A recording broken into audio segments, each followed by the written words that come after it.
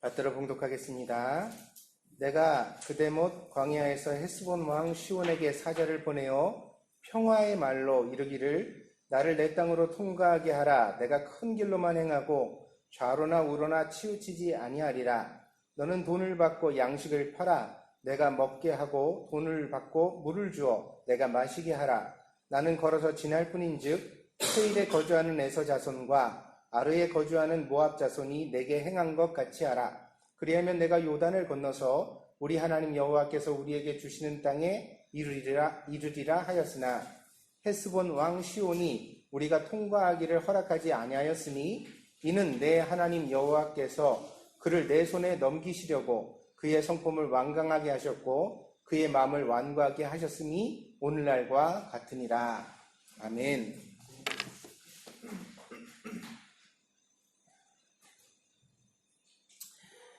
이스라엘 백성들이 출애굽을 하여 광야를 지나고 가나안 땅을 정복했던 역사는 이스라엘의 역사일 뿐더러 신앙에 많은 영감을 주는 이야기로 성경에 기록되어져 있습니다. 그래서 오늘 우리가 이 모든 성경에 기록되어져 있는 이 사실을 그저 단순한 사실의 이야기로만 받아들일 것이 아니라 이것은 우리의 인생 가운데서도 여러 가지 시사하는 바가 많다. 다시 말하면 우리에게 교훈을 주는 이야기다. 그렇게 해석할 필요가 있습니다. 신명기는 모세가 40년의 광야를 지난 후에 후세에게 교훈과 역사를 남기기 위하여 따로 기록했던 기록입니다. 때문에 많은 회한과 감정이 담겨져 있고 또한 우리는 이 신명기서를 통하여 모세의 진심을 느낄 수 있습니다. 그 신명기 2장과 3장은 초창기의 전투를 회상하는 이야기입니다. 하나님의 인도하심을 따라 이스라엘 백성들이 행군을 했습니다. 그들이 에서의 후예들이 살던 세일산과 또 롯의 후예들이 살던 모압을 지날 때에 하나님께서는 미리 경계하시기를 어떤 적대적 행위도 하지 말아라. 길로만 지나가고 심지어 음식이 필요하면 돈을 주고 사서 먹어라. 물을 마시는 것조차 호의를 기대하지 말고 돈을 주고 사서 마셔라. 그렇게 말씀했습니다. 그래서 이스라엘 백성들은 길로만 지나가야 했고 필요한 양식과 물을 돈을 주고 사야 했습니다. 그러다가 오늘 본문에 와서야 첫 전투를 벌이게 되는 것입니다. 바로 헤스본과의 전투입니다. 그 헤스본의 왕이 시온이라는 사람이었고 그리고 두 번째는 바산이라는 지역에서 전투를 벌이게 되는데 이때 이 바산의 왕은 옥이라는 사람이었습니다. 헤스본은 어디에 있느냐면 이스라엘을 남과 북으로 쭉 잇는 것이 이제 요단강이거든요. 근데 그 요단강이 저 북쪽에 있는 헤르몬산에서 시작되어서 절반쯤 오면 갈릴리 호수가 되어져요. 그러니까 이스라엘 나라의 정중앙쯤에 있는 것이 이제 갈릴리 호수입니다. 그리고 그 호수가 또 아래로 한참 흘러내려가서 또 거대한 호수를 만나게 되어지는데 그것이 사해입니다. 그래서 이 헤르몬산에서 시작된 요단강의 시작이 이제 사해에서 거기서 어디로 가지 못하고 다 소금바다로 끝나게 되어지는 그러한 지형을 가지고 있습니다. 근데 이 남쪽 끝이 사해 근처가 바로 헤스본입니다.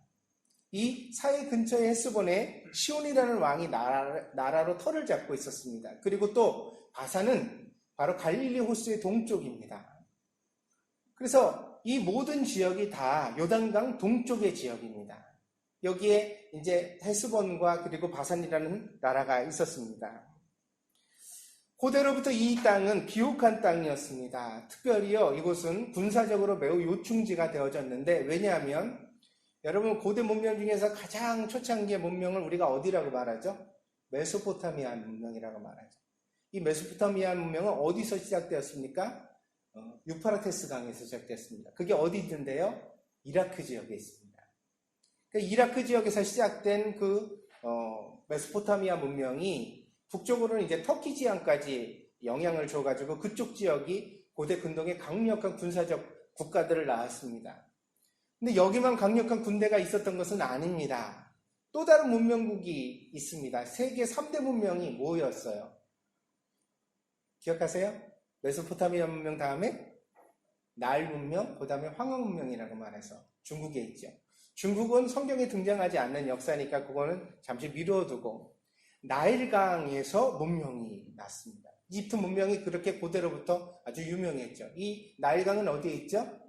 아프리카의 북부 지역입니다. 아프리카의 북부 지역에 있는 것이 나일강입니다.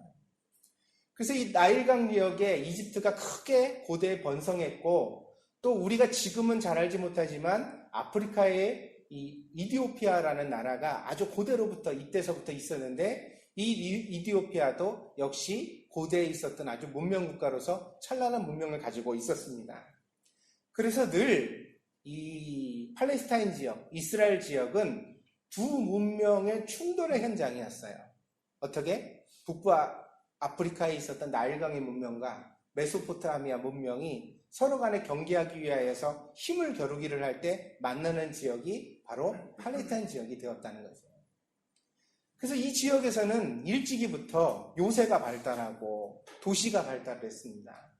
여러분, 사람들이 아무 벌판에나 판잣집을 짓고 살아도 안전하다면 굳이 돌집을 지을 필요가 있을까요? 힘도 많이 드는데. 아주 좋은 지형이라면 그럴 필요가 있겠죠. 그렇지만 그렇지 않다면 굳이 집을 거창하게 지으려고 하지 않을 것입니다. 그런데 이쪽 지역에는 도시가 발달했거든요. 돌로 된 집을요. 왜 그랬을까요? 안전이 위협받았기 때문입니다. 저녁이 되면 성문을 굳게 잠그고 외부 사람을 경계하는 문명이 있었던 자리입니다. 그런데 이 자리에 헤스본이라는 나라가 있어서 시온이라는 왕이 그 나라를 다스리고 있었고, 또 바산이라는 나라가 있어서 옥이 그 나라를 다스리고 있었다는 것입니다. 더군다나 이 신명기서를 보면 헤스본 왕 시온에 대해서는 간략하게 소개되어져 있지만 바산한 옥에 대해서는 매우 자세하게 소개되어져 있습니다. 이 바산한 옥은 마지막 르바임이라고 나옵니다. 르바임은 르바 족속 사람이란 뜻입니다. 그 말 그대로 번역하면요. 근데 르바 족속은 어떤 사람이냐면 고대의 거인족입니다. 그래서 창세기를 읽으신 분은 누구나 알겠지만 창세기에는 하늘의 천사들과 하나님의 아들들과 땅에 있는 사람의 딸들이 결혼하여서 거인 족속을 낳았다. 네피림이라는 영웅 족속을 낳았다. 그렇게 소개되어져 있는 부분이 있습니다. 근데 이때는 정말 사람의 키가 무지하게 큰 거인들이 살았다고 일컬어지거든요. 그래서 그 후예 중에 하나가 우리가 잘 알고 있는 골리앗입니다. 여러분, 골리앗의 키를 아십니까? 골리앗 키가 몇이나 됐을 것 같아요? 여러분, 예. 우리 김영수 선생님 단번에 맞히시네. 3m요. 원래 성경에 나와 있는 것은 6규빗이거든요. 6규빗인데 한 규빗이 성인 남자의 이 손끝에서 팔꿈치까지의 길이에요. 그래서 이것을 보통 얼마로 치냐면 45cm에서 50cm로 쳐요. 정해져 있는 건 아니에요. 대충의 오늘처럼 센치가 발달해 있는 그런 도량형이 없었으니까요. 대충 한 45, 50cm쯤 되는 길이로 친다고요. 근데 이 길이로 치면 6규빗이면 어떻게 해요? 5, 6, 30, 3m쯤 되는 거예요. 그런데 오늘 본문에 나오는 마지막 르바임이라고 지칭된 바산한 옥은 유명한 사람이에요. 이 사람이 남긴 유물 중에 하나가 뭐냐면 철침상입니다. 철로 된 침대를 남겼다고 해요. 근데 여러분, 이 철침대라는 말은 유의하여 볼 필요가 있습니다. 왜냐하면요, 이 당시에는 철기 시대가 아직 아니었기 때문이에요. 우리가 사무엘상하를 이렇게 읽다 보면 어떤 부분을 만나게 되냐면 사울 왕과 요나단 왕자 이야기를 우리가 읽게 되어지는데, 이 사울 왕과 요나단 왕자가 전쟁에 나갈 때 철로 된 칼을 들고 나갔다, 이런 기록을 우리가 읽을 수가 있어요. 그 얘기는 무슨 얘기냐면 나머지 이스라엘 백성들에게는 철로 된 강철검이 없었다는 얘기예요. 왕만 겨우 철로 된 검을 들 수가 있었다는 거죠. 그러니까 다윗 왕의 시대가 지나서 솔로몬의 시대에 들어서서야 비로소 이스라엘은 본격적 철기 시대를 맞이하게 되어집니다. 그러면 그 전보다 한참 전이었던 모세의 시절에는 어땠을까요? 철이라는 건 구하기가 힘들었던 시대인 겁니다. 그래서 여러분, 무협영화 같은 데 보면 왜 무술의 고수가 검을 가지고 샥 휘둘리면 상대방의 칼이 청청청청청청 다 칼이 부러져 나가잖아요. 그럼 거기다 검기를 실어서 그렇다, 내공이 실려서 했다 이러는데 간단합니다. 여러분이 요즘 쓰는 부엌칼 가지고 와서 옛날 칼이랑 부딪히면 다 부러집니다. 그렇게. 제강 기술이 발달하지 못했으니까요. 그건 당연한 거예요. 요즘 칼. 그러니까 철을 제대로 재련하지 못했기 때문에 그 강도를 조절하지 못해서 칼이 다 부러지는 그런 시대가 있었던 겁니다. 그런데 그렇게 귀하던 시절에 이 바사랑 옥은 철로 침대를 만들었어요. 얼마짜리 침대를? 길이가 4m, 9규빗. 길이가 4m, 폭이 3규빗인가 그래요. 그러니까 4규빗이었나? 그래요. 그래서 폭이 한 2m쯤 되어지는 침대를 만들었다고 합니다.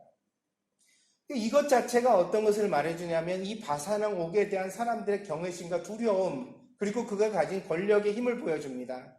당시에는요, 금보다 철이 더 귀했어요. 근데 그 철을 구해서 자기 침대로 썼다고요. 나무 침대는 쓰지도 못했겠죠. 등치가 큰 거인이었으니까. 그래서 그것을, 이 이야기를 보는 순간 저는 무슨 생각을 했냐면, 여러분 혹시 미국 드라마 중에 왕자의 게임이라는 드라마 혹시 보셨습니까?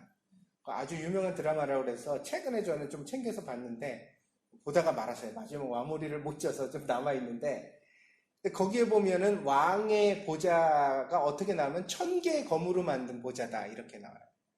그래서 전쟁에서 왕이 승리한 다음에 그 승리를 기념하기 위해서 자기에게 항복한 그 사람들의 칼 갖다 모아서 1000개의 칼을 모아서 그거를 왕의 보좌로 만들었다는 거예요. 그래서 진짜 드라마에 나오는 보좌를 보면 1000개의 칼이 막 이렇게 모여져 있는 일단 그런 모자, 그 의자를 만들어 놓고 거기서 왕이 앉은 걸 볼 수가 있습니다. 이건 모두 다 무슨 이야기냐면 고대에는 이런 전설이 권력의 상징이 되었다는 거예요. 저 사람이 얼마나 무서운 사람이냐? 저 사람은 4m짜리 침대를 쓰는 사람이야. 철로 침대를 만든 사람이, 이런 얘기가 사람들에게 소문을 따라 회자되어질 때 사람은 이야, 금도 구하기 힘든데 철을 가지고 침대를 만들었어? 침대가 4m짜리야? 그 사람 그럼 얼마나 큰 거야? 그럼 힘이 얼마나 좋을까? 그러면서 사람들이 이미 마음속에 뭘 품어요? 두려움을 품는 거예요. 그리고 그 두려움으로 인하여 그 나라가 보호되어지는 그런 영향력을 행사했던 것입니다. 그런데 이 바사랑 옥은 마지막 르바임이라고 신명기에 소개되어져 있습니다. 이 마지막 르바임이라는 건 또 한 가지 의미가 있는데, 금도 흔하면 싸지잖아요. 만약에 당시에 르바임 족속이 넓게 번성해서 모든 나라가 다 르바임 족속이 있었다고 친다면 바사랑 옥이 특별할 것도 없었겠죠. 그런데 신명기에서 바사랑 옥을 마지막 르바임이라고, 마지막 거인족이라고 일컬었거든요. 그러니까 당시로 보면 이 바사랑 옥과 견줄 만한 사람이 없는 거예요. 당시에는 정말 특출한 그런 힘을 가진 강력한 군장이었던 것을 알 수가 있습니다. 그러나 이스라엘은 이러한 상대를 대적하기엔 너무나 연약했습니다. 왜냐하면요, 이집트에서 노예로 40년을 보내는 동안 한 번도 전투를 경험하지 못했던 민족이기 때문입니다. 노예로 40년을 살았으니 그 후유증은 얼마나 심하겠습니까? 사람은 누구나 자기 자존감 속에서 능력을 발휘하거든요. 그래서 내가 대단한 사람이야, 나는 할 수 있는 사람이라고 생각할 때 그 사람이 가진 가능성이 100% 발휘되어지게 됩니다. 그런데 어떤 사람이 아무리 큰 힘과 아무리 능숙한 기술을 가지고 있다 하더라도 그 사람의 정신이 병들어서 나는 할 수 없는 사람, 나는 무능한 사람, 나는 못하는 사람, 이런 생각 가진 사람 가끔 우리 주변에 있어요, 없어요? 이런 사람 있거든요. 그런 사람은 자기가 가진 능력 100%를 발휘할 수 없어요. 없다고요. 40년 동안 이집트의 노예로 살아왔던 이스라엘 백성들은 자기 자신에 대해 한 번도 존중받지 못하고 자기를 인정하지 못하고 전투에서 이겨본 경험이 없는 민족이었다는 것입니다. 그렇기 때문에 아무도 이들에게 열등감을 강요하지 않았지만 스스로 열등한, 자기 자신이 스스로 초라해지는 그러한 심적 상태를 보여주고 있었습니다. 사람들은 모두 승리를 추구합니다.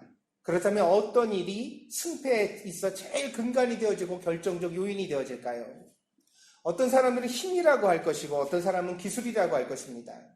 신무기가 있으면 전쟁에 유리하겠죠. 또 숫자가 많으면 그것이 자신감의 근거가 되기도 합니다. 그러나 사람들이 그래서 많은 군대를 가지려고 노력합니다만, 그러나 가끔은 역사 속에서 이런 상식으로는 이해할 수 없는 전투의 경험을 우리는 만나게 되어집니다. 이를테면 12척의 배를 가지고 130척의 적선을 막아낸 명량해전 같은 것 말입니다. 세계 전략사에서 해군들이 모두 다 연구하는 전쟁의 경험입니다. 어떻게 12척의 배를 가지고 바다에서 130척과 맞서서 싸울 수가 있느냐? 싸우겠다고 시도해 볼 수가 있느냐? 시도한 것도 대단한데 심지어는 이 전쟁에서 졌어요, 이겼어요? 명량해전에서 이순신 장군이 이겼어요, 졌어요? 이겼거든요. 무려 130척의 배 중에서 몇 척이 깨트려졌냐면 31척이 깨트려졌다고 보고되어졌어요. 이것은 분명한 역사적 사실이에요. 왜? 이순신 장군이 선조에게 왕에게 보고한 보고서에 자기가 20척을 파손시켰고 11척을 쓰지 못하게 만들었다고 보고한 내용이 기록되어져 있거든요. 이순신 장군이 거짓말을 했을까요, 안 했을까요? 안 하는 분인 줄 우리가 아니까. 적어도 130척이 전쟁에 나갔다 30척 이상이 망가진 것을 역사 속에서 볼 수가 있습니다. 그런데 더 중요한 것은 이렇게 30척을 깨뜨렸다면 그럼 조선 수군은 몇 명이나 전사했을까? 몇 명이 죽었을 것 같아요? 한 명도 죽지 않았습니다. 부상자 3명으로 끝났어요. 그러니까 해군의 역사 속에서 이순신 장군을 바다의 신이라고 일컫는 거예요. 영국 해군 사관학교에서도 이순신 장군을 연구하는 과목이 있다고 그러죠. 이 전쟁을. 그런데 이 싸움에서 어떻게 이런 싸움이 가능했을까? 그렇게 우리가 보게 되어지는데 울들목에 그 바다의 지형적 조건을 이용했다. 조선의 판옥선이 아주 일본의 배보다 우수한 면을 가지고 있었다. 이런 해석이 있는데 웃긴 얘기입니다. 왜 웃긴 얘기인 줄 아세요? 이순신 장군이 왜 12척의 배를 가지고 명량에 나섰냐 이거야. 그 전에 해전에서 크게 대패했기 때문이거든요. 수백 척이 있던 조선 해군의 배를 원균이라는 장수가 이순신 장군이 힘을 빼앗긴 그 사이에 전쟁을 했다가 다 패배해가지고 배를 다 잊어버렸어요. 그래가지고 12척밖에 안 남았던 현실인 거예요. 그러니까 이게 배의 우수성이 전쟁의 승리를 보장한 거예요? 아니죠. 숫자가 많아서 이긴 거예요? 아니죠. 이 전쟁에서 이순신 장군은 유명한 명언을 남겼습니다. 그것이 무엇입니까? 생즉사, 사즉생. 쉬운 말로 바꾸면 살고자 하는 자는 죽을 것이요 죽고자 하는 자는 살 것이다. 그 각오를 가지고 나갔기에 그 전쟁에서 승리할 수 있었다는 거죠. 실제로 이순신 장군은 죽고자 하는 병사들을 데리고 나가서 그 전쟁에서 살아 돌아와서 이 이야기를 증명해냈습니다. 다시 말합니다. 남다른 각오, 마음의 가짐. 오늘날 우리도 그런 것 같아요. 어떤 사건이 벌어지고 나면 나라의 경제적인 규모, 핵무기를 가지고 있느냐 안 가지고 있느냐 그거 다 중요하죠. 그러나 그게 전부일까요? 그렇지 않아요. 뭐가 중요합니까? 사람들이 가진 마음가짐이 중요합니다. 우리의 정신이 얼마나 살아있느냐, 우리가 우리 스스로를 어떻게 평가하느냐, 무엇이든지 마음가짐이 근간입니다. 정신이 살아있으면 살 길을 구하게 됩니다. 그러나 정신이 죽은 사람은 희망을 보지 못합니다. 길이 없는 것 같아도 그것은 눈이 어두워진 것이지 절대로 길이 없는 것이 아닙니다. 성경은 어디에나 길이 있다고 우리에게 말합니다. 심지어 홍해바다가 앞에 있을지라도 그 홍해가 갈라져 길이 될 수 있다고 말해주는 것이 성경입니다. 여러분, 21세기를 살고 있는 우리들이지만 우리가 바다를 보면서 바다에 길이 날 수 있다고 믿어야 안 믿어요? 안 믿어지거든요. 오늘날에도 우리가 그것은 잘 믿지 못하는 사실이에요. 그러나 성경은 지금으로부터 3,500년 전에 기록하여 쓰기를 바다에도 길이 있다. 산더미 같은 그 파도 사이로도 길이 날 수 있다고 말해준다는 거예요. 그래서 절망하느냐 희망하느냐는 절대로 환경이 문제가 아닙니다. 마음가짐의 문제입니다. 결국 패배의 원인은 더 이상 길은 없다라고 생각하는 우리의 절망 속에 있습니다. 우리가 우리의 인생에 만나는 어떤 문제 속에서 그 패배하고 좌절한다는 것은 환경 때문이 아닙니다. 내가 주어진 조건이 남들보다 열악하고 나쁘기 때문에 패배하는 게 아닙니다. 문제는 내가 절망한다는 데 있어요. 해보지도 않고 길이 없다고 단언하는 데 있어요. 왜 그렇게 나쁜 단언을 쉽게 해요? 긍정적 단언은 참 어렵죠. 이길 것이다, 승리할 것이다, 될 것이다, 이런 말은 사람들이 매우 조심스럽게 하거든요. 될지도 몰라. 그쵸? 그렇게 말해. 그런데 안 된다고 말할 때는 왜 그렇게 힘이 들어가요, 어깨에? 응? 안 되면 여러분한테 뭐 좋은 일 있어요? 남이 안 되면 여러분한테 무슨 혜택이 돌아와요? 근데 남이 무슨 얘기를 할 때도 안 된다고 말해줄 때는 나도 모르게 힘이 들어가요. 그 될 리가 없어. 절대로 안 되지.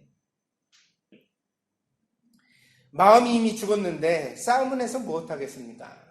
이런 마음, 이런 생각을 이미 품고 있는 이상 그 전쟁은 해보나 마나입니다. 그래서 우리가 어떤 일이든지 임하기 전에 우리의 마음의 상태를 스스로 살펴야 되겠다. 내 안에 선입된, 먼저 주입되어져 있는 패배감은 없는가? 해보지도 않고 도망가려고 하는 비겁한 생각은 없는가? 응? 조건 자꾸 따지는데 그거는 다 변명이거든요. 조건이 일을 만드는 게 아니에요. 12척의 배로 130척이랑 어떻게 싸움을 해서 이겨요? 응? 그 해야만 되는 일이니까 하는 거예요. 그리고 이왕 할 때는 진다고 생각하고 해요? 이긴다고 생각하고 해요? 이겨야 한다고 생각하고 하는 거예요. 그러니까 길이 나오고 방법이 나오잖아요. 오늘 우리가 읽었던 본문에는 모세가 헤스본 왕 시온에게 보낸 전문이 나와 있습니다. 모세는 이 말을 뭐라고 말했냐면 평화의 말이라고 했습니다. 모세가 헤스본 왕에게 평화의 말을 건넸어요, 먼저. 그 말의 내용은 이것입니다. 오늘 본문을 읽어보시면, 주보에 나와 있는 대로 읽어보시면 압니다. 뭡니까? 내가 너희 땅을 지나갈 터이니 길을 내달라. 아무런 도발이 없을 것이다. 내가 약속한다. 걱정하지 말라. 심지어 내가 음식이 필요하면 돈 주고 사 먹을 것이고 물이 필요하면 돈 주고 그것도 사서 마실 테니까 절대로 너한테 피해를 끼치지 않을 테니까 길만 열어달라. 그러면 내가 그 길을 가서 요단강 저편에 있는 가나안 땅을 정복하고 하나님이 우리에게 주신 그 땅을 차지하려고 한다. 그러나 오늘 이 본문이 나오기 전에 2장의 이 앞부분을 보면 하나님께서 먼저 뭐라고 말씀하시냐면, 어떻게 말씀하시냐면 헤스본 왕 땅을, 바산 왕의 땅을 내가 너희 민족에게, 이스라엘에게 주겠다라고 약속하시는 부분이 나옵니다. 그래서 오늘 본문에도 보면 그 중간에 이런 부분이 있죠. 2장 30절입니다. 2장 30절에 헤스본 시온이 우리가 통과하기를 허락하지 아니하였으니 이는 내 하나님, 여기서 너는 이스라엘 백성이죠. 나중에 이스라엘 백성들이 회고하면서 모세가 한 이야기이기 때문에 이렇게 나옵니다. 이는 너희 이스라엘의 하나님 여호와께서 그를, 누구예요? 그는 시온이죠. 헤스본 왕 시온을 이스라엘에게 손에 넘기시려고 헤스본 왕 시온의 성품을 완강하게 하셨고 그의 마음을 완고하게 하셨으니 오늘날과 같으니라. 심지어는 뭐라고 되어져 있냐면 헤스본 왕 시온이 마음을 완고하게 한 것에 하나님의 영향도 있다, 이렇게 되어져 있다는 거예요. 그럼 여기서 우리는 이 앞에 나오는 평화의 말에 대하여서 의구심을 가질 수밖에 없습니다. 뭐냐면 하나님이 이왕 헤스본 땅을 모세에게 주기로, 모세와 이스라엘 백성들에게 주기로 작정하셨다면 그러면 평화의 말을 건네는 이 모세의 이 말은 헐리우드 액션에 불과한 것 아니냐. 그냥 한번 해보는 말이지. 왜? 그 땅 이미 정복하기로 하나님이 다 작정하셨는데 하나님 명령에 거절할 수 있는 사람이 누가 있겠느냐. 그런 면에서 모세는 지금 이 평화의 말을 괜히 하고 있는 것 아니냐, 빈말하고 있는 것 아니냐, 그런 생각을 해볼 수 있다는 것입니다. 그러나 그렇지가 않습니다. 왜 그럴까요? 가나안 정복 과정을 보면 여호수아가 기브온 족속과 맺은 언약이 나옵니다. 본래 기브온 족속은요, 가나안 땅에 살고 있었던 가나안 족속이에요. 그런데 여호수아가 막 이렇게 가나안 땅을 정복해오는 이야기를 들으니까 이 기브온 족속이 마음에 두려움을 품었어요. 뭐냐? 하나님이 이 땅을 그들에게 다 내어주셨다. 우리가 싸워봐도 소용이 없다. 이대로 전쟁하면 우리가 패배해서 땅에서 사라지고 말 것이다. 그 두려움을 품게 됐어요. 그래서 이 기브온 족속이 꾀를 냅니다. 어떤 꾀를 냈냐면요. 사신을 보내는데 떡을 갖다가 실려보냈는데 곰팡이 난 떡을 갖다 일부러 구해서 거기다 실려보내고 옷도 다 낡은 옷을 입혀서 사신을 보냈어요. 그래서 우리가 가서 여호수아에게 하는 말이 우리가 저 먼 땅에서 온 사람 민족인데 우리가 당신의 소문을 듣고 당신과 평화의 협정을 맺기를 원합니다. 이렇게 청을 넣었다고요. 근데 여호수아가 어떻게 했어요? 먼 땅? 그러면 저기 멀리 어디서 왔나 보다. 여기 가나안 땅에는 상관이 없잖아. 그래? 그렇다면 하나님이 우리가 정복하려고 하는 사람이 아니면 우리가 평화롭게 지내도 아무 이유가 없겠지. 그래서 여호수아가 이 기브온 사람들과 평화의 협정을 맺습니다. 평화의 약속을 맺었어요. 그럼 나중에 알고 봤더니 그 평화 협정을 맺은 사람들이 어디 사람들이에요? 가나안 땅에 거주하던 기브온 족속이었던 거예요. 여호수아는 속았습니다. 그렇다면 속았으니까 이 언약을 여호수아가 맺은 언약을 파괴했을까요? 파괴하지 않았을까요? 성경에 보면 속아서 맺은 언약이지만 여호수아는 이 약속을 지켰다고 나와 있습니다. 그래서 기브온 족속이 그 이후로 그 이스라엘 백성들과 함께 살면서 거기서 물길른 허드렛 일을 했다고 성경에 나와 있어요. 그래서 이 기브온 족속이 생존했던 것이에요. 같이 살 수 있는 길이 열려졌던 거예요. 여러분, 약속이라는 것은 이렇게 귀중한 줄 믿습니다. 소중한 줄 믿습니다. 약속을 하면 그것을 우리가 지키셔야 하는 겁니다. 그러면 오늘 본문에도 만약에 모세가 평화의 말을 건넸을 때 이 헤스본 왕 시온이 그 말을 정중하게 받아들이고 모세에게 그렇습니까? 그럼 당신을 내가 평화롭게 보내드리겠습니다. 그러니 당신과 우리 사이에 평화가 있도록 합시다 라고 말을 건넸다면 이 헤스본 족속이 사라졌을까요? 안 사라졌을까요? 모세가 한 말이 헛말이 되지 않았을 겁니다. 평화의 말은 그만한 능력이 있는 말이었을 것입니다. 그런데 헤스본 왕은 그 마음을 강팍하게 먹고 이스라엘 백성에게 전쟁을 하려고 군대를 이끌고 나오는 우를 범하게 되어집니다. 그래서 그 어리석은 행동으로 인하여 헤스본이라는 나라가 사라지고 이 시온도 망하게 되고 심지어는 바산의 옥도 그렇게 전쟁에 나왔다 이스라엘 백성들께 패배하고 그 나라가 사라지는 그러한 결과를 맞이하게 되었던 것입니다. 왜 그랬을까요? 이유는 간단합니다. 겉으로 보여지는 이스라엘 민족의 당시의 모습이 헤스본 왕이 보기에 바산 옥이 보기에 매우 초라했기 때문입니다. 아니 군대를 멋지게 이끌고서 탁 왔다면 전쟁을 안 하려고 들었겠죠. 200만 명이나 되는데. 근데 헤스본 왕이 보니까 이거 다 어린애에다가 노친네에다가 동물들 끌고 막 시끄럽고 난장판에다가 뭐 오합지졸 같이 그렇게 오는데 그 모습을 보니까 이건 약탈해도 되겠거든요. 힘으로 자기가 이길 수 있겠다고 생각되어졌거든요. 그래서 만만하게 여기고 이스라엘 백성들에게 전쟁을 걸었던 것입니다. 그리고 그 전쟁의 결과 결국 평화의 말은 무시되어졌고 그 대가를 헤스본 족속이 치르게 되었던 것입니다. 고대의 전쟁은 모든 것을 걸고 하는 도박입니다. 그래서 전쟁에서는 부끄러운 일도 자행되고 인간답지 못한 만행도 생겨납니다. 그러니 그 전쟁의 상황에서도 살 길을 모색하고 평화를 제안하는 일은 고귀한 행동이 아닐 수가 없습니다. 전쟁하기 전에 모세가 우리를 지나가게 하라. 우리로 평화로운 길을 한번 찾아보자라고 말한 건 참 귀한 일입니다. 우리도 그러해야 합니다. 싸울 때는 맹렬하게 싸우더라도 되도록 싸우지 않고 함께 살아가는 길을 찾아봐야 합니다.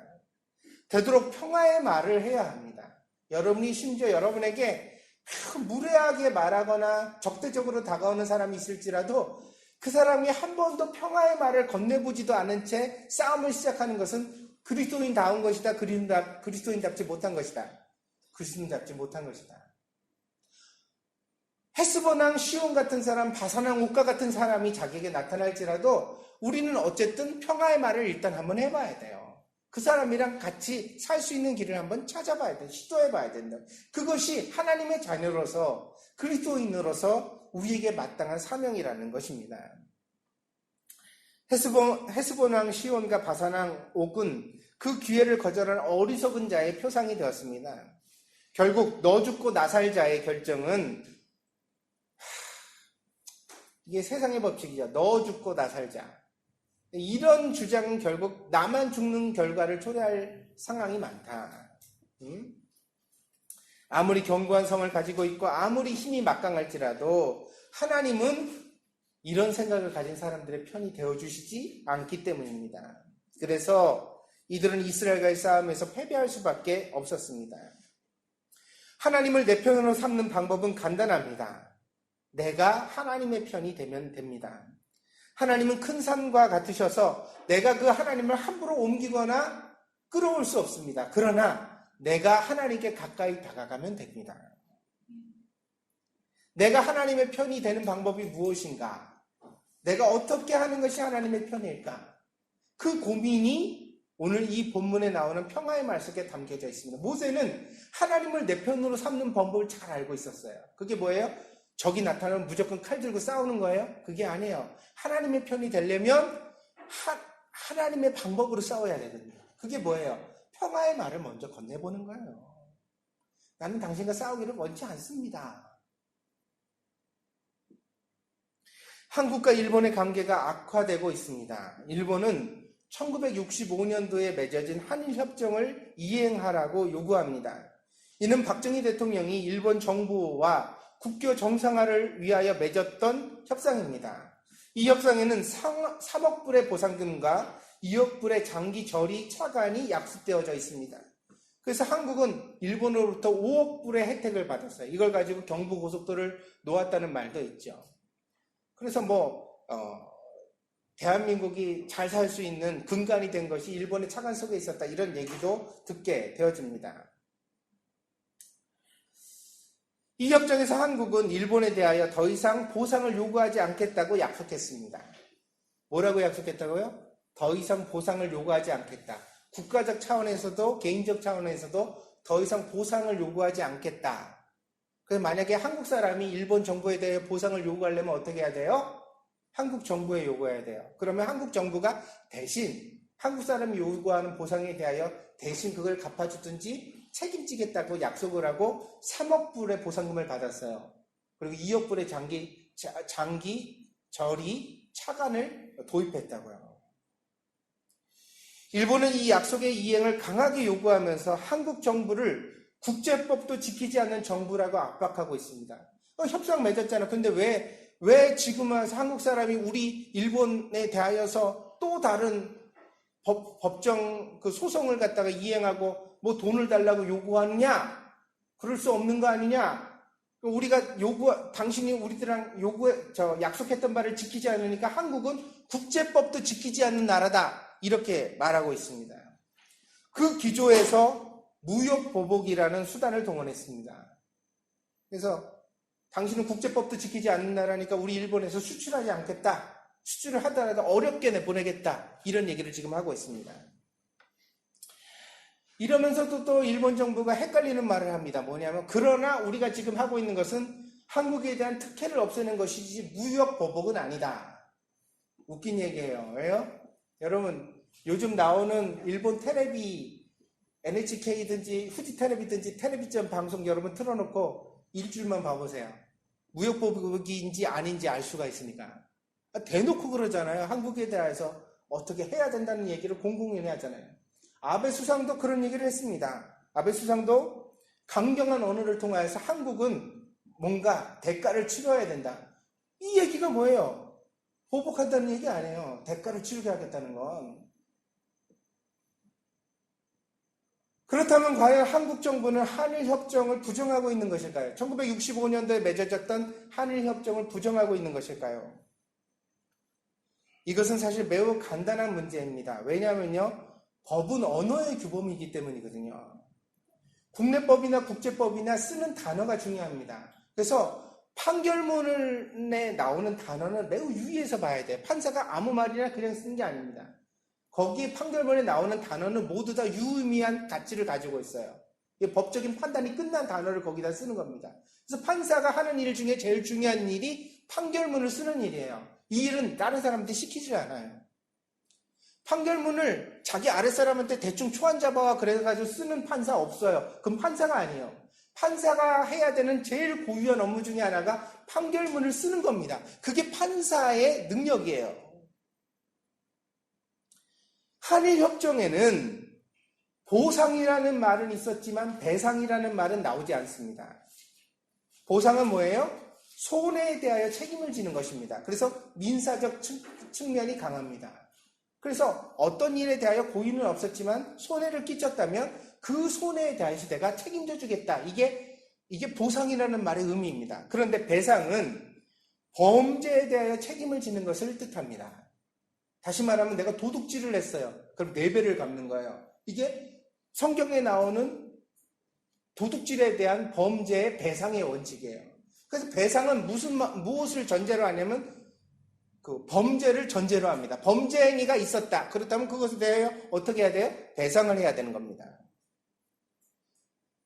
그러니까 1965년 한일협정에서 일본이 한국의 국권을 침탈하고 전쟁 범죄를 저지른 것에 대하여 인정하고 사죄를 했다면 1965년에 일본이 우리가 조선을 침탈한 것은 범죄였어. 그리고 우리가 조선인을 데려다가 막 징용에 사용하고 전쟁터에서 막 죽어가게 만드는 것은 우리가 범죄를 저지른 일이었어 라고 인정을 했다면 그때 어떻게 됐을까요? 한일협정의 협상문이 보상이 아니라 배상이라고 바뀌었을 것이고 만약에 그 배상이라는 단어 속에서 이 협정이 맺어졌다고 한다면 오늘날 대한민국은 위안부라든가 징용공에 대하여 요구할 아무런 근거가 없습니다. 그러면 일본의 주장이 맞습니다. 뭡니까? 그 모든 사람들은 한국 정부에 요구해야 되고 한국 정부가 일본 정부를 대신해서 왜? 목돈을 과거에 받았으니까 대신해서 그 사람들에게 갚아줘야 될 책임이 있습니다. 그러나 당시도 그렇고 지금도 그렇고 이 불행의 원인은 뭐냐면 일본이 자기는 범죄를 저지르지 않았다고 범죄한 적이 없다고 부정하는 데 있습니다. 그래서 보상이라는 단어는 들어갔지만 배상이라는 단어가 들어갈 수가 없었어요.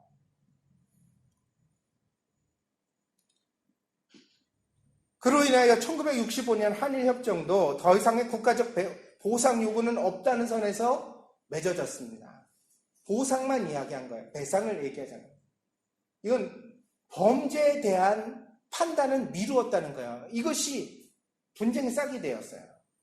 그래서 최근에 한국의 법원이 배상을 판결한 것은 일본의 기업이 전쟁 때 한국인 노동자를 차별하고 그 임금을 제대로 주지 않음으로써 노동법과 관계되어 있는 범죄를 저질렀다고 인정한 것입니다. 신일 철주금이라고 되어져 있는 그 기업이 한국 사람을 데려다가 노동 현장에 썼는데 임금을 안 줬다는 거예요. 그럼 여러분 오늘날 어떤 사람이 고용해서 사람을 쓰고 임금을 안 주면 이거 형사적으로 처벌받아요, 안 받아요? 여러분 누구를 고용해서 아르바이트 고용했는데 월급 안 주면 이거 경찰이 와서 잡아가요, 안 잡아가요? 잡아가거든요. 그 이야기를 지금 한국 법원이 한 거예요. 응? 이거는 범죄였다, 이 얘기를. 같은 일이 일본에서 일어나도 이것은 범죄로 인정받습니다. 일본의 총리와 관료들이 이것을 모를까요? 그럴 리가 없습니다. 일본의 변호사들이 100명이나 서명해서 한국 대법원의 판결이 일리 있다는 입장을 발표했습니다. 예민한 문제에 대하여 매우 용기 있고 양심적인 선언이 아닐 수가 없습니다. 일본의 법률을 아는 변호사 100명이 서명을 해가지고 한국에서 난 대법원 판결은 법리적으로 맞는 얘기다. 그건 일리가 있는 얘기다. 우리도 고려해야 된다는 입장을 발표했어요. 그러면 이게 서명하기가 쉬운 일이 아니잖아요. 한국과 일본의 지금과 같은 상황에서. 그러면 속으로 이것을 맞다고 생각하는 사람은 아마 100명이나 1000명도 넘을 거예요. 이거는 법을 아는 사람은 누구나 다 이렇게 이해할 수 있는 근거가 있는 얘기라는 거예요. 그러면 총리나 관료들이 이렇게 생각을 하지 않더라도 한국도 그렇게 생각할 수 있겠다라는 생각을 가지고 협상에 나섰어야 합니다. 근데 협상하지 않잖아요. 이것은 우리가 협상할 대상이 아니라는 1965년도 이미 끝났다는 거예요. 우리는 보상은 할 수 있지만 배상은 할 수 없다는 것이 일본 정부의 현재 입장입니다. 결국 이것은 정치적 프로파간다입니다. 자기 지지층을 결집시켜 정치적 승리를 만들겠다는, 그래서 외부의 적을 필요로 하는 정치적 필요가 지금 일본 안에서 한국을 이렇게 몰아붙이고 있습니다. 그래서 이번 일에 대하여서 사람들이 그런 얘기를 합니다. 한국 정부가 뭐 게을리했다, 잘못했다.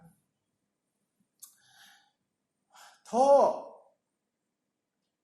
능력이 있었으면 물론 좋았겠죠. 그러나 여러분 아시다시피 지난 대통령을 탄핵시키고 새 정부가 세워지지 않았습니다. 그러면서 그 탄핵의 과정 속에서 위안부 할머니들에 대한 배상 그 문제는 매우 중요한 이슈가 됐습니다. 새 정부가 어떻게 합니까, 여러분? 그 위안부 할머니가 받은 100억 원의 보상금이 충분하다고 말할까요? 일본은 범죄가 아니라고 하는데 보상은 하겠어요. 그러니까 지금 위안부 재단에다가 일본이 미안합니다 이렇게 하면서 돈을 냈잖아요. 돈을 냈는데 그 돈이 배상금이 아니에요. 보상금이에요. 그 얘기는 무슨 얘기냐면 일본 할머니들이 우리나라에 위안부로 끌려왔던 할머니들이 강제로 끌려와서 그 일을 당한 것이 아니라 스스로 자원해서 왔다는 거예요. 근데 그 스스로 와서 했지만 피해가 있었다면 미안해. 이게 보상금의 의미예요. 그래서 어떤 분은 아주 이 위안부 재단에 관련되어져 있는 분은 피를 토하면서 그렇게 얘기를 하시더라고요. 그 돈을 받는 순간 이 할머니들을 매춘부로 만든 것이다. 이 할머니 매춘부가 된 것이다. 일본 정부가 이거를 배상금이라고 안 했는데 이 할머니들한테 전쟁 범죄를 저질러서 미안하다고 안 했는데 돈을 받았으니까 그 돈을 받는 순간 이 할머니들 매춘부가 된 것이다. 근데 어떻게 한국 정부가 여기에 대해서 지금 새로 촛불로 인하여서 세워진 이 정부가 그걸 인정하고 일본과 어떻게, 그러니까 한국 정부도 입장이 난처했죠. 이전 정부가 맺은 것을 새로운 정부가 없다고 그러면 그 국제법상으로 입장이 난해하잖아요. 그러니까 한국 정부가 이걸 어떻게 했어요? 묻고 가자. 조용하도록 지나가자. 여기에, 그래서 자꾸 한국 정부가 뭐라고 말했어요? 과거사가 현재의 발목을 잡지 않게 하겠다. 입장이 난처하지만 명백한 입장 내지 않겠다. 우리도 되도록이면 이 일을 그냥 지나가자. 어쩔 수 없다. 이전 정부가 잘못된 선택을 한 것이다. 이거는 국내에 한국 사람들이 도저히 납득할 수가 없는 선언이었으니까 우리가 이거 지나가야 된다. 그러니까 우리도 더 이상 일본에 대하여 나쁜 얘기 안 할 테니까 뭐라고 안 할 테니까 그러니까 우리가 지나갑시다. 좋아요. 그러니까 일본 내에서 험한 시위를 하든 한국 정부에 대해 욕을 하든 그건 자유예요. 언제는 안 그랬어요. 우리가 늘 그러면서 수십 년을 왔지. 이미 서로 나라의 국경을 넘어 침탈을 일삼았던 역사가 있는 이상 서로 좋은 이미지를 갖기 매우 어려운 상황이에요. 그렇지만 그러더라도 우리가 서로 양해하면서 관광 오고 가고 할렐루야. 그렇죠? 여행도 가고 음식도 사 먹고 한국 음악도 좋아하고 정치는 욕하지만 다른 면에서 한국에 대해 이해하려고 노력하면서 그러면서 시간을 보내다 보면 그러다 보면 이 문제가 서서히 해결돼 갈 수 있는 실마리를 찾을 수 있지 않을까. 이것이 가졌던 이유였다는 거예요. 근데 갑자기 또 수출을 안 하겠다 그러네. 타케트가 한국의 GDP에 막대한 영향력을 미치는 삼성전자를 갖다가 저거 반도체 못 만들어 피해를 입히겠다고 그러고 나오네.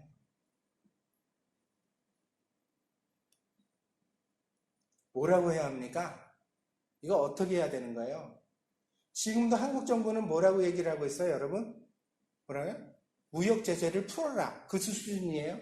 한국이 지금 무슨 일본에 대해 보복하겠다고 하는 이야기 한마디로 끊은 적이 있어요, 없어요? 없어요. 이 정도면 잘 참고 있는 것 아니에요? 아니, 일본은 이미 칼을 빼들어서 수출하는 품목을 다 막았는데 그럼 당장 한국 정부에서도 우리도 수출 못해! 우리도 수입 못해! 이렇게 나와야 사실은 이게 맞는 얘기죠. 근데 한국 정부가 그러잖아요. 여태까지 나오는 얘기야. 수출 규제 풀어라. 이렇게 되면 안 된다. 막다른 골목으로 몰지 말아라.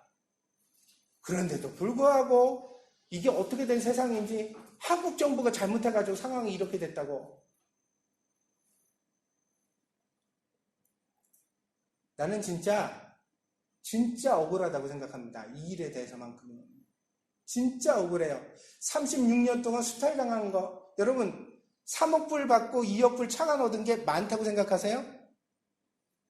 일본이 필리핀이랑 국교 정상화를 할 때 일본이 필리핀을 침탈했게 3년이에요. 3년. 3년 동안 필리핀을 침탈했거든요. 그런데 그 필리핀이랑 국교 정상화할 때 배상한 금액이 역시 3억 불이었어요. 3억 불인가 5억 불인가. 우리는 36년을 침탈당했는데 있는 것 다 뺏겼는데 심지어 조선시대 유물들도 그 만주 사변 나가지고 전쟁 일으켰을 때 무기를 만든다고 궁궐에 있는 노수로 된 옛날 조선시대 유물까지 다 갖다가 무기 만드는데 녹여버렸는데 돈 받자는 얘기 아니에요. 한국 지금 돈 안 받아도 일본 돈 안 받아도 잘 사는 줄 믿습니다. 우리 가도 우리 일본 사람들보다 우리가 못 살지는 않잖아요. 사실 물가가 더 높아서 난리지. 괜찮아요. 이제 더 이상 돈 안 줘도 돼요. 문제는 뭐냐? 과거에 있었던 범죄적 행위에 대한 인정만 해라. 우리가 사과는 좀 받고 싶다. 그 얘기를. 그 사과도 자존심이 일본 사람들 자존심이 세서 안 해.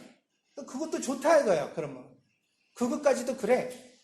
당신들 그래 아시아에서 제일 1등 국민이니까 자존심 센 거 아니까 사과 안 해.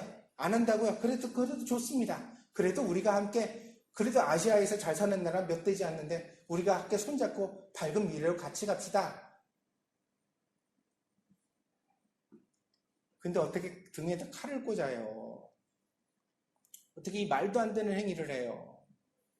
근데 여기에 대해서도 우리가 동조를 해야 된다고요? 이해를 해줘야 된다고요?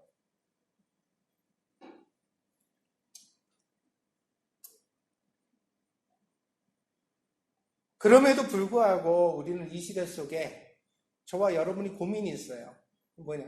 우리 어디 살아요 지금? 일본의 심장이라는 동경에 살아요. 근데 우리는 누구예요? 한국 사람이에요.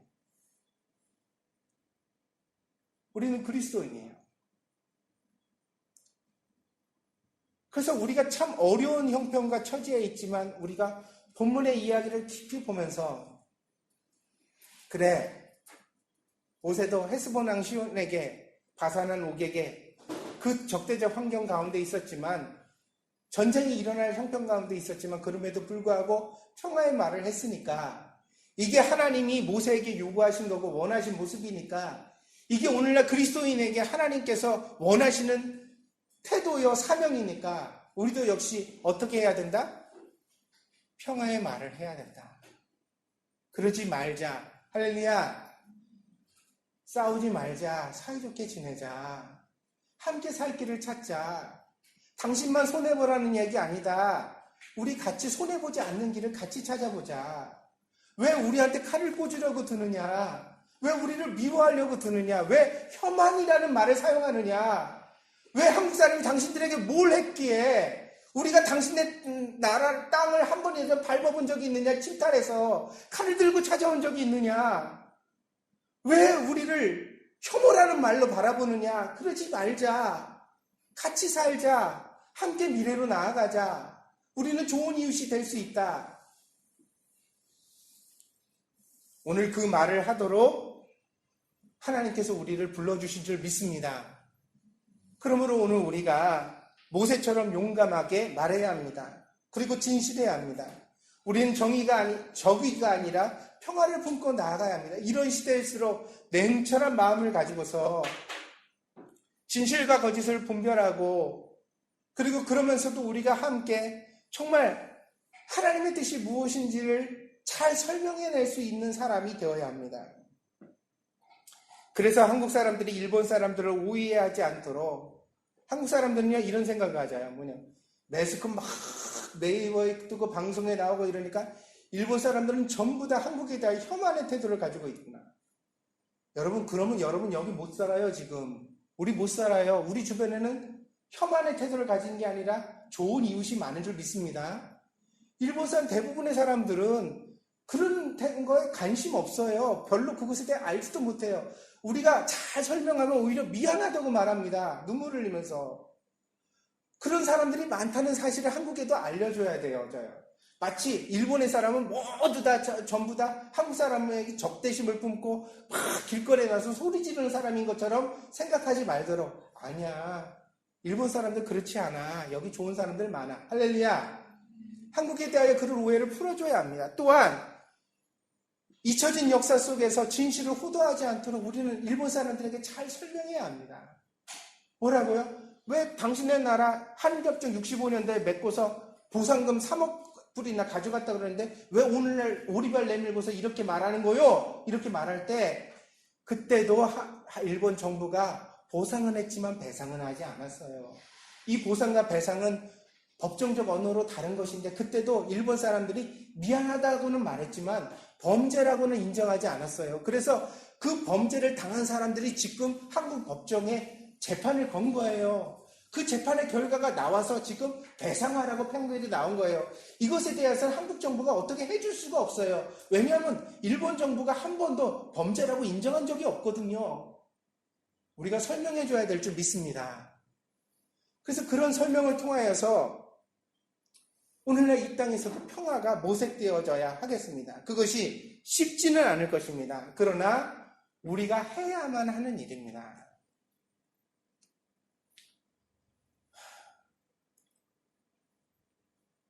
지금 위안부 그 평화의 집이라고 되는 시설에 있는 한 할머니는요,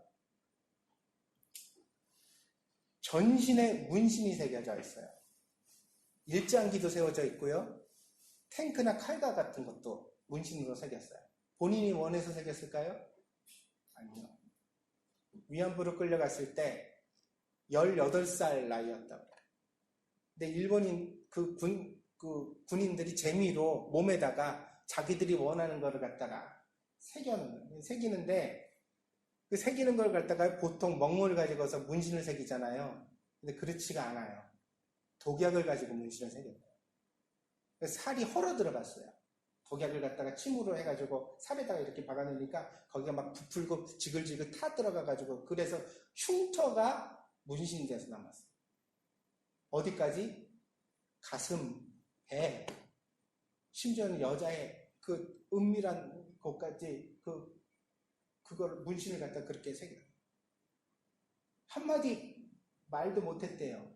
싫다고 말. 왜? 죽일까봐. 18살짜리 소녀가 수많은 남자들한테 알몸으로 벌거벗겨져가지고 거기서 독약을 가지고 몸에다 문신을 새기는데 아프다고 말도 못했대요. 죽을까봐. 이게 범죄가 아니면 뭐가 범죄예요? 이게 범죄가 아니면 뭐가 범죄예요? 이건 일본 사람, 한국 사람의 문제가 아니에요. 이건 사람의 문제예요. 사람의 문제. 이런 일을 당한 사람이 살아있어요. 자기 몸을 증거로 가지고 있다고. 그런데 어떻게 범죄가 없었다고 말해요. 일본 군대는 신사적 군대였고 완벽했기 때문에 아시아의 신민들을 해방시켰을 뿐 범죄는 저지른 일이 없다. 그래서 난지 학살을 부정하고 위안부를 부정하는 것 아니에요. 일본 군인들의 정신을 훼손하기 싫어서. 이게 정말 일본을 위한 일일까요? 나는 이것이 헤스보나의 시온의 길이라고 생각해요. 난 이것이 바산한 옥의 길이라고 생각해요. 이 길로 가면 일본이 망해요. 이 길로 가면 일본이 절대로 잘 될 리가 없어요. 난 그렇게 믿어요. 그래서 일본을 위해서 이걸 반대하는 거예요. 지금 아베 총리가 가는 길은 좋은 길이 아닙니다. 그렇게 되면 일본이 좋은 일이 될 수가 없어요. 이건 일본을 위한 길이 아니에요. 범죄가 있었습니다. 그 피해자가 있었습니다. 인정하고 사과해야 될 줄 믿습니다. 그리고 함께 평화의 길로 나가야 합니다. 그래야 오늘 일본의 미래가 있고 한국의 미래가 있습니다. 이 일에 대하여 우리들도 할 수 있는 것 합시다. 댓글 한마디 다는 것일 수도 있어요. 그게 여러분 일본어 쓰니까 한국 사람은 못하는 것 할 수 있잖아요. 야후에 들어가서 말도 안 되는 험한 분위기 있을 때 여러분 욕먹을 각오하시고 여러분 그거 사람들로부터 당할 수 있어요. 다구리 당할 수 있어요. 이짐에 당할 수 있어요. 그래도 용기를 가지고서 일본말로 여러분이 할 수 있는 언어를 가지고서 차분하게 설명해 보세요. 아니 안 되면 다시 안 들어가면 되지 뭐. 야후 아이디어 하나 다시 파면 되잖아. 뭐 그게 대단한 일이에요. 듣든지 아니 듣든지 여러분이 할 수 있는 일 아니에요. 그러나 우리가 명심할 것이 있습니다. 일본을 미워하자는 거예요? 복수하자는 거예요? 보복하자는 거예요? 그게 아니에요. 우리가 함께 평화의 말을 건네는 일에 함께 어떻게 하면 우리가 봉사할 수 있을지, 헌신할 수 있을지 함께 찾아볼 수 있는 귀한 성도들이 되어주기를 바랍니다. 기도하겠습니다.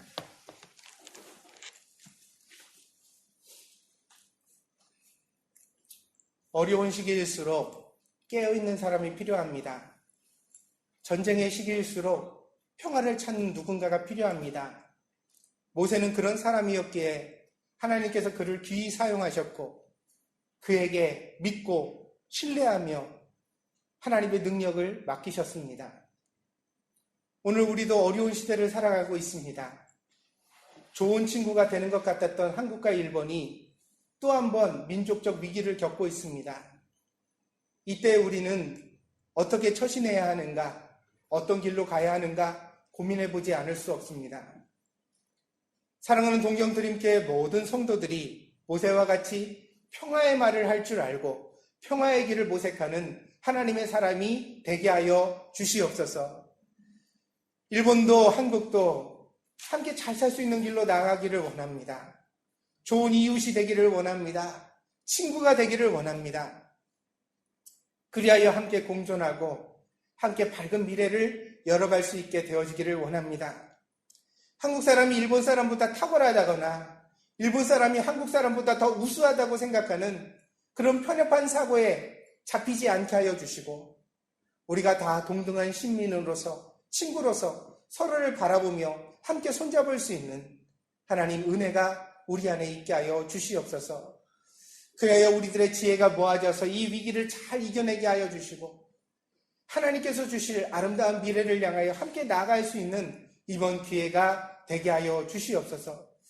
특별히 오늘은 일본에서 참의원 선거가 열리고 있습니다. 하나님 이 선거에서 하나님께서 선한 자들을 뽑아주시고 일본 정치에 희망이 생겨나게 하여 주시고 하나님 정말 일본이 좋은 길을 선택해 갈 수 있도록 하나님께서 꼭 인도하여 주시옵소서.